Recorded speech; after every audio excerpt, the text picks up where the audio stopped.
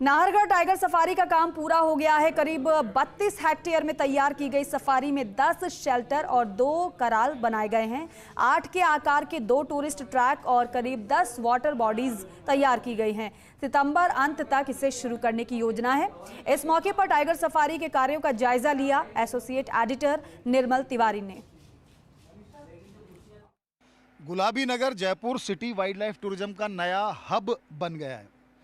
Leopard safari यहाँ पहले से चलती हैं, झालाना लेपर्ड सफारी, उसके बाद Amagarh leopard safari, lion safari जो नाहरगढ़ में है वो यहाँ पहले से और बहुत लोकप्रिय है। हाथी सफारी कुंडा में होती है और अब ये टाइगर सफारी, देखिए ये टाइगर सफारी का प्रवेश द्वार है जो नाहरगढ़ के अंदर बनाई जा रही है। 32 हेक्टेयर की इस टाइगर सफारी को माना यह जा रहा है कि सितंबर के आसपास इसको शुरू कर दिया जाएगा, क्योंकि अभी गर्मियों का दौर है, मानसून चल रहा है, तो ऐसे में टाइगर की शिफ्टिंग या ट्रांसलोकेशन इस समय तकनीकी तौर पर सही नहीं माना जाता।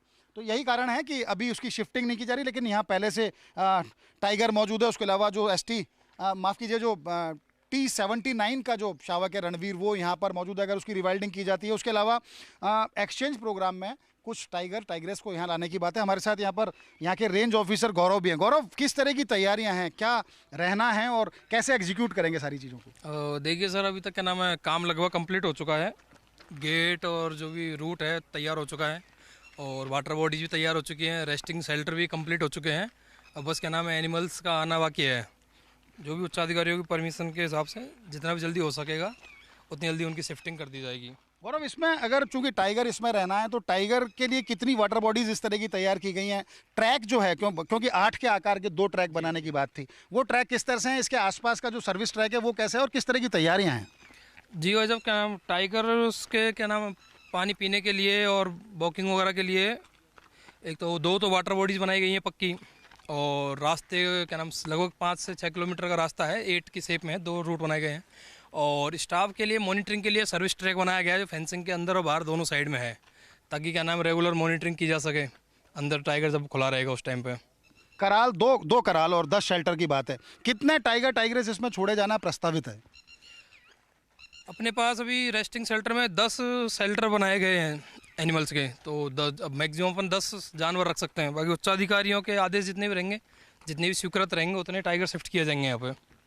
देखिए, उच्चाधिकारी इस मामले को लेकर के फैसला पूरी तरह से कर चुके हैं और मैं आपको और दिखाने की कोशिश करूंगा। ये जो ट्रैक है, ये एक पाथवे जो बनाया गया है, यहाँ पर टूरिस्ट जो व्हीकल्स होंगे, बंद व्हीकल होंगे, क्योंकि जब एनक्लोजर के अंदर अगर टाइगर या दूसरा कोई बिग कैट रहता है, क्योंकि उसका स्वभाव उस तरह का नहीं होता कि उसमें ओपन आप व्हीकल के अंदर जाएँ, तो क्लोज व्हीकल होगा जिसमें जालियाँ लगी रहेंगी, जिसमें कांच लगा रहेगा, उसके अंदर बैठ के, जैसा कि लॉयन सफारी के अंदर किया जाता है, उसमें अंदर बैठ करके इसको देखा जाएगा। पूरा ही शेल्टर है, ये पूरी तरह से बनकर के तैयार है। जेडीए के सहयोग से करीब 4.5 करोड़ रुपए खर्च करके यहाँ तमाम सुविधाएं तैयार की गई हैं। आपको दूसरा पाथवे भी दिखाने की कोशिश करेंगे कि इस तरह से जाएंगे। 8 के आकार का होगा, यानी कि 2 इस तरह के 8 के आकार के घुमावदार 2 ट्रैक बनाए गए हैं जो 4 से 5 किलोमीटर लंबे होंगे। एक बार में इसमें 2 टाइग्रेस या 2 टाइगर या 2 टाइग्रेस उसमें से छोड़े जाएंगे, ताकि उनको खुले में विचरण करते हुए देखा जा सके। अभी तक टाइगर देखने के लिए जो प्रदेश के अंदर टाइगर रिजर्व है, खासकर रणथंभौर की बात करें या सरिस्का की बात करें, वहाँ पर ही पर्यटक जाता था। लेकिन और मुकंदरा और धौलपुर के अंदर अभी चूंकि सफारी शुरू नहीं हुई, रामगढ़ विषधारी में सिर्फ एक बफर खुला हुआ है। ऐसे में जयपुर आने वालों को यहाँ लेपर्ड सफारी, हाथी सफारी, लॉयन सफारी और अब टाइगर सफारी, इसके साथ साथ एक बर्ड एवियरी भी यहाँ तैयार करने की योजना, जिसकी बजट में भी घोषणा हुई है। तो उम्मीद की जानी चाहिए कि एक सिटी वाइल्ड लाइफ टूरिज्म के एक बहुत बड़े हब के तौर पर गुलाबी नगर एक अपने परवान पर है। कारण क्या है कि अभी तक यहाँ मॉन्यूमेंट टूरिज्म होता था, यहाँ दूसरे तरह के टूरिज्म की विधाएं देखने को मिलती थी, लेकिन अब वाइल्ड लाइफ टूरिज्म जिस तरह से बहुत तेज़ी से यहाँ पर आगे आया, बहुत तेज़ी से उसकी प्रगति हुई है, तो निश्चित तौर पर कहा जा सकता है कि एक ही छत के नीचे, यानी जयपुर में जो पर्यटक आएगा उसको यहाँ सब कुछ मिलेगा। एडवेंचर टूरिज्म यहाँ मिलेगा, टेम्पल टूरिज्म कर सकेगा, यानी रिलीजियस टूरिज्म उसको यहाँ मिलता है। मॉन्यूमेंट टूरिज्म की बात करते हैं तो वो उसको यहाँ पर मिलता है।